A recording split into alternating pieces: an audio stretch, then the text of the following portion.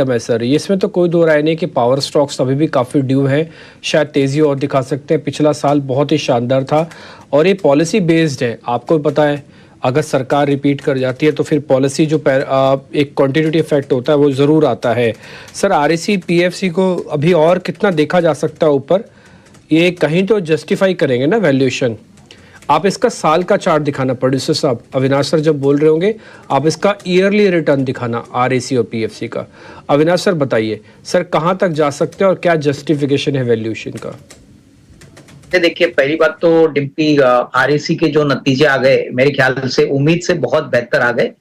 मेरे ख्याल से यही कारण है कि आज स्टॉक में अच्छी तेजी आपको देखने को मिली है। और ओवरऑल अगर पावर सेक्टर की बात करें तो पावर डिस्ट्रीब्यूशन, पावर ट्रांसमिशन, उसके बाद पावर फाइनेंसिंग, ये सारे ऐसे सेगमेंट्स है जो मुझे लग रहा है कि अगले 2-3 साल के लिए ग्रोथ पोटेंशियल बहुत बढ़िया है, क्योंकि सप्लाई साइड से बहुत कम कैपेसिटी आ रही है, डिमांड बहुत अच्छी तरह से बढ़ रहा है। तो हमको लग रहा है कि देखिए किसी को भी अगर पोर्टफोलियो बनाना है तो पावर डिस्ट्रीब्यूशन, पावर फाइनेंस और पावर जनरेशन, ये तीनों सेगमेंट्स में थोड़ा थोड़ा निवेश होना चाहिए। अगर आरईसी की बात करें तो मुझे लगता है कि कम से कम 560, 565 का एक फर्स्ट टारगेट रहेगा।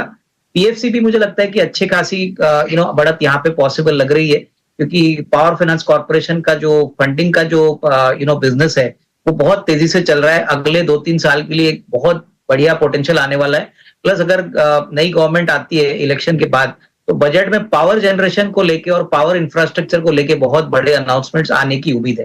तो मुझे लग रहा है कि देखिए आरईसी में भले ही आज 8-9% स्टॉक ऊपर है, पर जिस दिन मार्केट थोड़ा करेक्ट होगा, आपने बहुत अच्छी तरह से डिस्क्राइब किया था कि थोड़ा बहुत मार्केट यूफोरिया के जोन में जा रहा है, तो यहाँ पे थोड़ा सा आपको कॉशियस रहना चाहिए। बट अच्छे शेयर्स अगर आपको निचले लेवल पे मिलते हैं तो आपका रिस्क रिवॉर्ड और भी अच्छा रहेगा।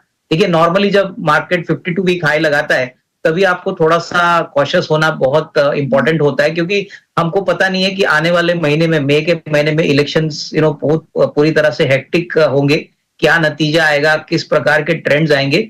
बट लग तो रहा है कि मार्केट्स बहुत बड़ी उम्मीद लगा के बैठी है कि 400 सीट्स बीजेपी जीतेगी।